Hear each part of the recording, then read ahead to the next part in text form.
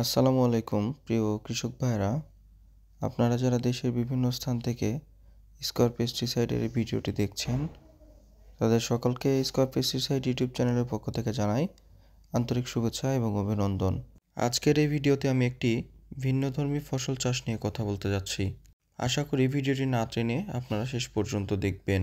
খুবই কম খরচে এই ফসলটি চাষ করা যায় এবং এখান থেকে একটি ভালো অর্থ উপার্জন করা সম্ভব। তো চলুন প্রিয় কৃষক ভাইয়েরা, জেনে নিই কীভাবে আপনারা এই ফসলটি অর্থাৎ সূর্যমুখী ফুলের চাষ করবেন এবং এখান থেকে কিভাবে পরবর্তীতে অর্থ উপার্জন করবেন। সূর্যমুখী ফুল চাষের ক্ষেত্রে প্রথমে একটি রৌদ্রোজ্জ্বল বেলে দোআঁশ মাটিযুক্ত জমি নির্বাচন করতে হবে। যে জমিতে সবচেয়ে বেশি রোদ পড়ে সেই জমিটা সূর্যমুখী ফুল চাষের জন্য সবচাইতে ভালো। জমিতে প্রথম চাষ দেওয়ার পরে কিছু সার এবং কিছু মাইক্রোনিউট্রিয়েন্টস ব্যবহার করতে হবে। আপনারা প্রতি 33% জমির জন্য 15 থেকে 20 কেজি ডিএপি সার এবং এর পাশাপাশি সমপরিমাণ এমওপি সার এবং এর পাশাপাশি 10 থেকে 15 কেজি স্কয়ার ক্যাল বা ক্যালসিয়াম জিপ সার ব্যবহার করতে পারেন।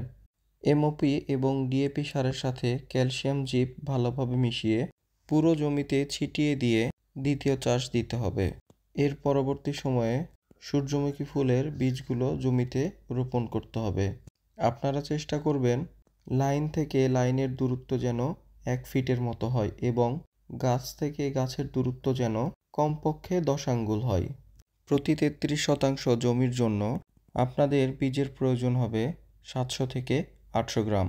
আপনারা চেষ্টা করবেন প্রতিটি গর্তে 2টি করে বীজ দেওয়ার জন্য। এতে করে কোনোভাবে যদি একটি বীজ নষ্টও হয়ে যায়, তাহলে অপর বীজটি থেকে সুস্থ সবল গাছ হবে ইনশাআল্লাহ।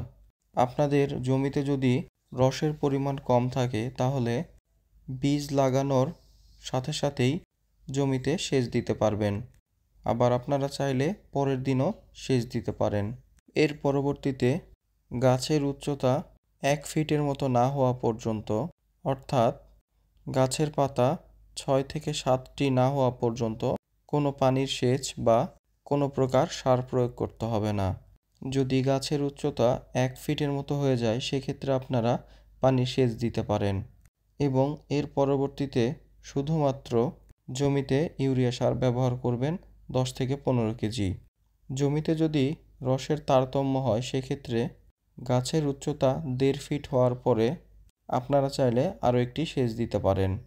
এই জমিতে পোকার আক্রমণ খুব একটা লক্ষ্য করা যায় না, তবে কিছু কিছু সময় ছত্রাকের আক্রমণ হয়ে থাকে।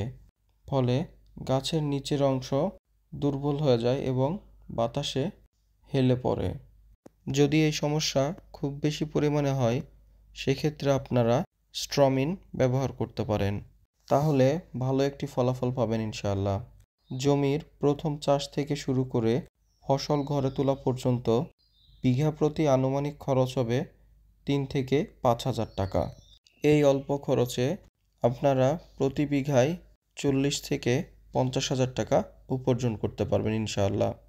এরকম নিত্য নতুন কৃষিভিত্তিক ভিডিও পাওয়ার জন্য স্কয়ার পেস্টিসাইড ইউটিউব চ্যানেলটিকে সাবস্ক্রাইব করুন। সূর্যমুখী ফুল চাষ সংক্রান্ত যে কোনো প্রকার তথ্য পেতে কমেন্ট বক্সে কমেন্ট করুন।